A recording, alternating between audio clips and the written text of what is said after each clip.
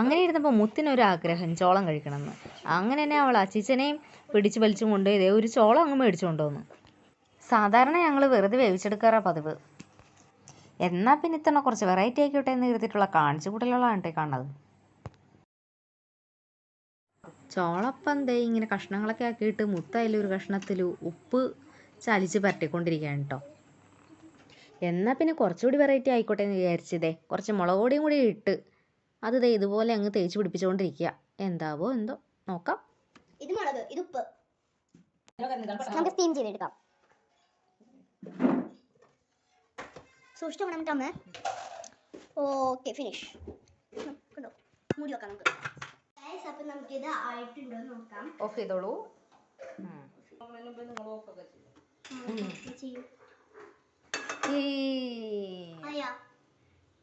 ആയി വന്നിട്ടുണ്ട്. അപ്പോൾ ഗൈസ് ഇതാണ് മുളക് ഒരെണ്ണെടുത്ത് വെച്ചിട്ടുണ്ട്. മറ്റേ സാധനയില് ഉപ്പ്, മുളക്, നമുക്ക് ഉപ്പ് ഇത്രേ ഉള്ളൂ. ഞാൻ കഴിച്ചോട്ടെ. Okay, super. എനിക്ക് ഉപ്പാണ് ഇഷ്ടം. ഞാൻ ഉപ്പ് എടുക്കാൻ പോവാം. ഉപ്പാണ് ഇഷ്ടം. ചൂട് ഞാൻ കഴിക്കണ്ടോ? ഉപ്പ് നല്ല ടേസ്റ്റ് ഉണ്ട്. മുളക് കഴിച്ചു നോക്കാം നമുക്ക്.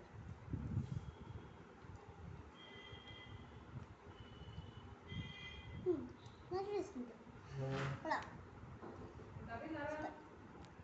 എനിക്ക് രണ്ടും ഇഷ്ടമായി. പക്ഷെ എനിക്ക് ഇത്തിരി ഇഷ്ടമായത് ഇതാണ് ഉപ്പ്. പക്ഷെ മുളകും ഇഷ്ടമായി. നല്ല ടേസ്റ്റ്. മുളക് കുറഞ്ഞു. എനിക്കോട് ഇത്തിരി കൂടി തേക്കാം. ആദ്യം ചെയ്ത് നോക്കിയതാണ്.